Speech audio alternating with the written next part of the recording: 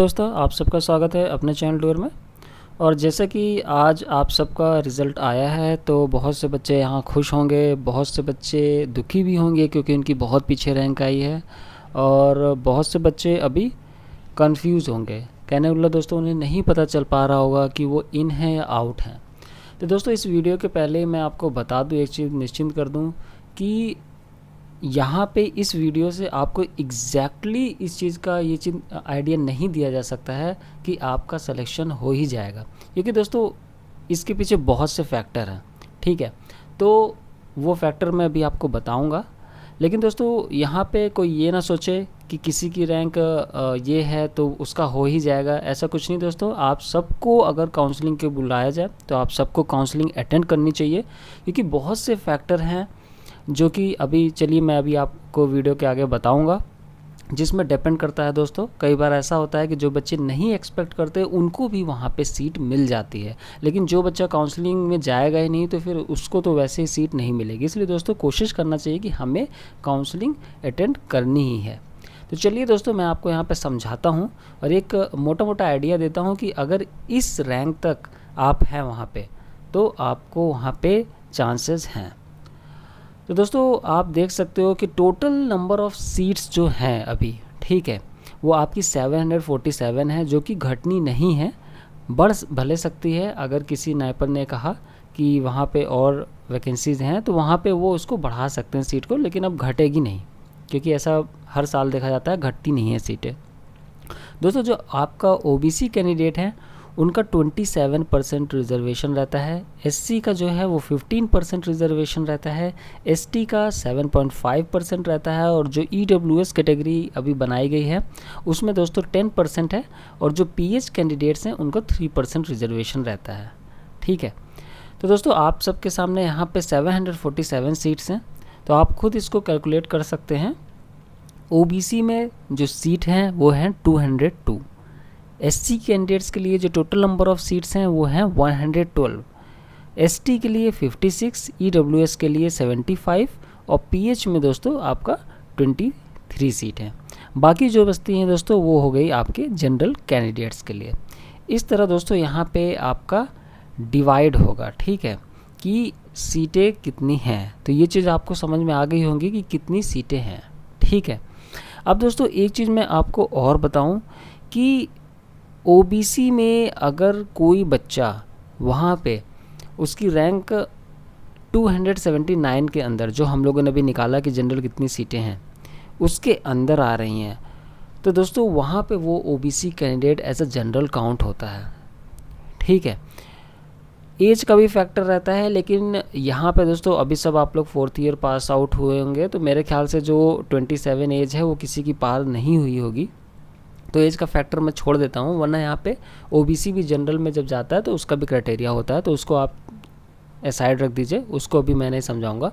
बस मैं ये चीज़ कहूँगा कि ओबीसी की कैंडिडेट अगर उनकी रैंक जो हम लोगों ने निकाला कि इतनी सीटें हैं उसके अंदर हैं, तो वो बच्चे फिर वहाँ पे एज अ जनरल वहाँ पे चले जाएंगे। ठीक है, तो यहाँ पे जो जनरल कैंडिडेट की सीटें हैं वो यहाँ पे कम हो जाएंगी, तो कम हो जाती हैं, क्योंकि बहुत से बच्चे हैं ओबीसी के, एससी के, जो मतलब कि वहाँ पे रैंक ला देते हैं, और वहाँ पे इस तरह आप देखो तो बेनिफिट इन कैंडिडेट्स को हो जाता है। जो कैटेगरी के कैंडिडेट्स हैं वहाँ पे उनकी सीट उतनी ही है।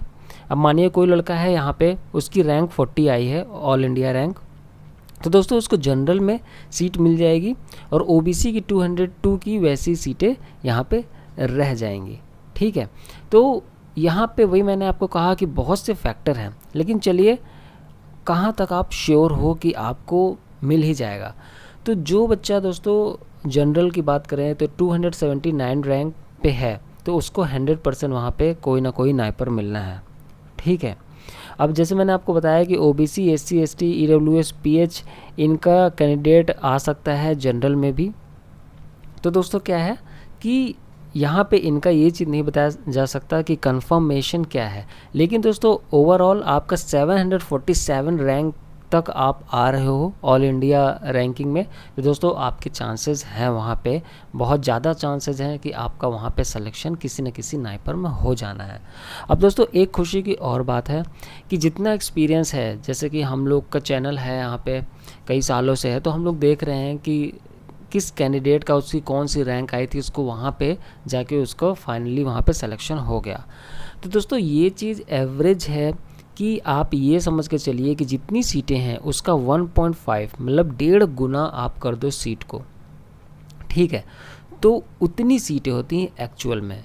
यहाँ दिखने को दोस्तों 747 है, लेकिन बहुत से बच्चों के पास उसमें मानिए वो कैटेगरी के हैं तो उनके पास EWS सर्टिफिकेट नहीं है, किसी के पास OBC सर्टिफिकेट नहीं है, किसी के पास SC ST, किसी के पास फिजिकली हैंडीकैप्ड। तो कहने का मतलब दोस्तों यहाँ पे बहुत से फैक्टर होते हैं, बच्चों के पास सर्टिफिकेट नहीं है वहाँ पे बाहर हो जाते हैं। अब वहाँ पे ऐसे भी बच्चे हैं जो वहाँ पे 60% जिनका नहीं है, जिनका CGPA वहाँ मेंटेन नहीं है, तो वो भी वहाँ पे डिसक्वालिफिकेशन की ओर बढ़ जाते हैं। तो इस तरह बहुत से बच्चे हैं जिनको ये चीज़ नहीं पता होता है, और कई ऐसे बच्चे भी हैं जिनका GPAT क्वालिफाई नहीं, वो भी इसमें डाल देते हैं। तो कहने वाला दोस्तों कई ऐसे बच्चे भी हैं जो केवल एक प्रैक्टिस के लिए सब यहाँ पे एग्जामिनेशन दे देते हैं। तो इस तरह बहुत से बच्चे हैं जो निकलते हैं। तो ओवरऑल जो देखा जाता है वो ये कि यहाँ पे सीट आपकी 1.5 टाइम्स होती हैं, ठीक है। तो ये जब आप अपने से ही कैलकुलेशन करोगे दोस्तों, तो ये चीज़ पाओगे कि 1122 तक, अप्रॉक्सीमेट 1122 रैंक तक अगर आपका आ रहा है, क्योंकि इतनी सीटें हैं और बढ़ के वहाँ तक मतलब इतना हो जाता है। तो अगर इस रैंक तक आप आ रहे हो दोस्तों, तो आपके यहाँ पे चांसेस बहुत ज़्यादा है सिलेक्शन होके। अब दोस्तों इंडिविजुअली किसी को ये चीज़ नहीं बचा सकता कि अगर आपकी इतनी रैंक है तो आपका सिलेक्शन होना है कि नहीं। यहाँ पे दोस्तों मैं इसीलिए बता रहा हूँ कि अगर आपकी रैंक 1122 तक है, ठीक है, तो आपके चांसेस हैं। अगर आपकी रैंक यहाँ पे 747 है तो दोस्तों आपके यहाँ पे डेड श्योर चांस है कि आपका होना ही है, ठीक है।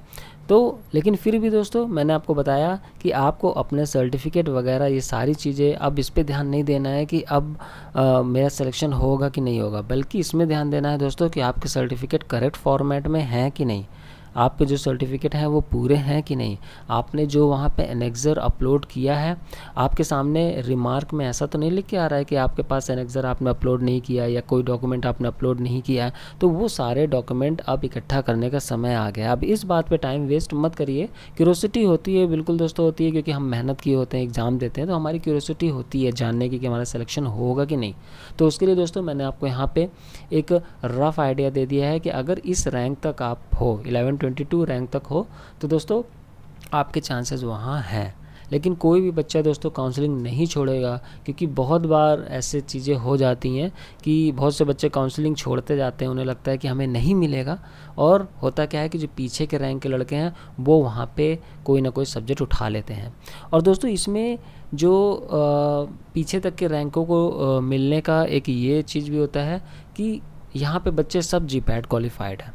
अब किसी को अपने स्टेट में चाहिए, ठीक है, तो वो अगर उसको नाइपर दूसरी जगह मिल रहा है, बहुत अच्छा नाइपर नहीं मिल रहा उसके हिसाब से, जहाँ पे प्लेसमेंट वगैरह इतना अच्छा नहीं है, खास नहीं है, तो वो अपने स्टेट का उठा लेगा, ठीक है। वो प्रेफरेंस देगा अपने स्टेट में कि अपने स्टेट में अगर उसको कोई चीज़ मिल रहा है, कोई अच्छा कॉलेज है, तो वो उसको वहाँ पे ले लेगा। इस तरह करके बहुत से बच्चे छोड़ते हैं। ऐसा कभी मत समझिएगा कि नाइपर हर बच्चा जाके ले ही लेता है, ठीक है। ऐसे भी इसमें बच्चे हैं जो पहले सेलेक्ट हो गए थे और इसके बाद उन्होंने फिर दिया कि उनको दूसरा मिल जाए, ठीक है। तो ये चीज़ आप नहीं कह सकते हो।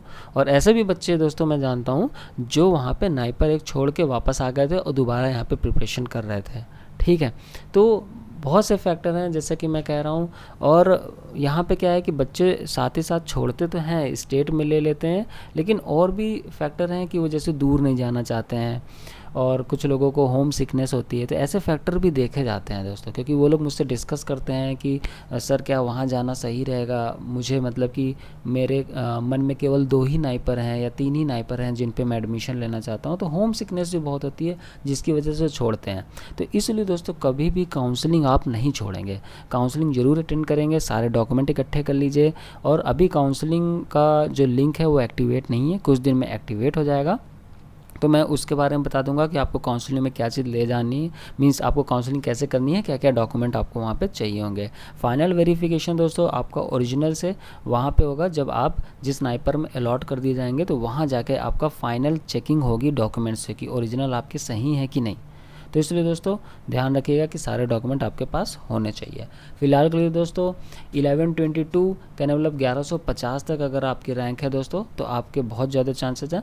और अगर आपके 747 जितनी नंबर ऑफ़ सीट्स है और उस रैंक तक हो दोस्तों, तो जो कैटेगरी के स्टूडेंट हैं वो तो ये मान लें कि उनका सिलेक्शन एक तरह से तय ही है। लेकिन जो जनरल के कैंडिडेट्स हैं दोस्तों, वो मैंने आपको बताया कि कुछ फैक्टर्स हैं जिसकी वजह से दूसरे कैटेगरी के स्टूडेंट भी आ जाते हैं।